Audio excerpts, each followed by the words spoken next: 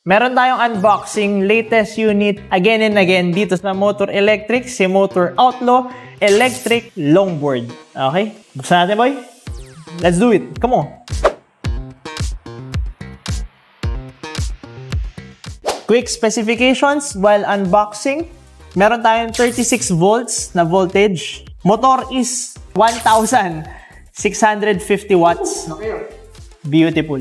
Dual belt drive. Again, 1,650 watts dual belt drive. So each belt drive is 1,650 watts. Ano? Brushless?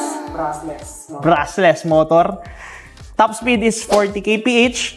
Range is 20 to 30 kilometers per full charge.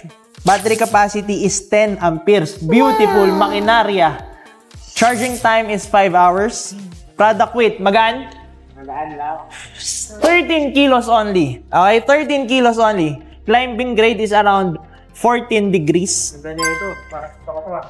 Yan! Beautiful makinarya. Ang problema, kaya ba natin patakbuhin? So, meron tayong 47 inches na end-to-end size. Max load is 120 kilos. Para mag-accelerate and decelerate, meron tayong remote. Tire size, 8 inches, 4 na gulong. And ano to? Ganda ng ito. Tube type tires. Okay, meron tayong remote. Isa-isayin natin. Remote, charger. Charger para sa unit. Meron tayong 2 amps na charger. Meron tayong remote. Meron tayong toolkit para sa mga gulong. O, higpitan mo, boy. Meron din tayong user manual. So, yung ano natin, ang ating remote, meron din siyang separate charger. Ganda niya ito, bro. Type-C. Mukha namang magpit na eh, boy. Wow! Kailanganin eh. Kailangan kamayin eh. So, out from the box, maigpit na yung mga ano natin, mga nuts. So, yan yung isa sa mga dino-double check natin pag nag-a-assemble. Test ride! Ano tayo? Autofocus. Yan. Meron tayong remote. May mode siya. Buhatin mo nga, Lem. Tingnan natin. Yan. Paano ah? O kailangan ng kickstart. Ganda na tunog, yung bracelet. Para masyadong malakas na para sa atin. Ganyang motor, malakas yan. Lakas, boy. Pang ano na to, intermediate. So, meron naman tayong pang beginner. Pero ito, mukhang pang intermediate daw. Try nga natin dito. So, pipicturean lang namin. Then, tatry natin, no? Lakas, oh. Ganito kalaki yung makina ng drone na malaki. Ganyan yung front. Andito rin pala yung battery bar. So, meron tayong 3 bars currently. Tapos yan, automatic connected na siya. Wala na siyang ano, no? Yun yung pinakamapit. Switch. Oh, mukhang ngayon na yun. May switch ba sa ilalim? Tingnan mo. Automatic siya nag-ano? Ko-connect. Ano? Ay, yung harap. Uy! Sa likod daw.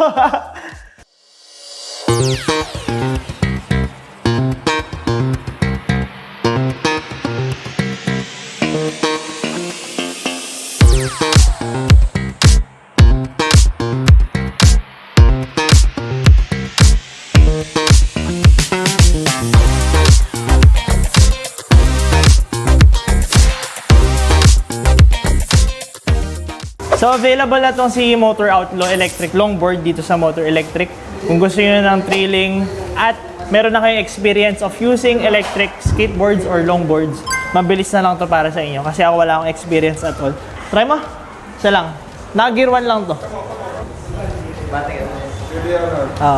Gear 1 lang. Yung mas mabilis to kaysa dun sa Dynaskate kasi mas malaki siya eh. Siguro wag mo na i-strap.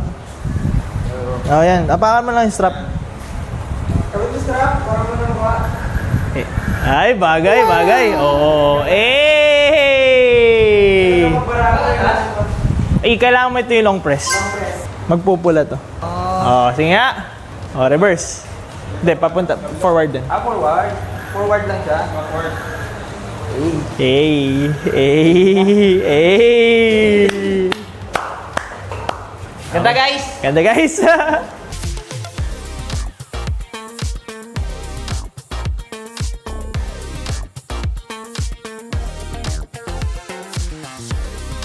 Okay, so ito yung remote natin. Pag green, forward. Pag gusto nyo mag-reverse, long press nyo lang to. Ayan, magpupula siya, naka-reverse na yan. Ayun, bumbumbaw.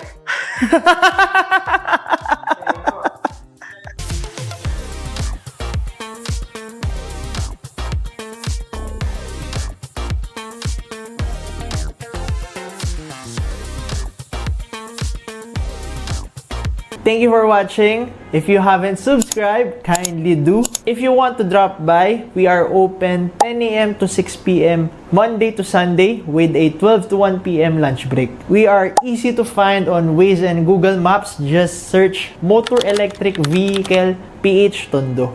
Address and contact details are on the screen. Either way.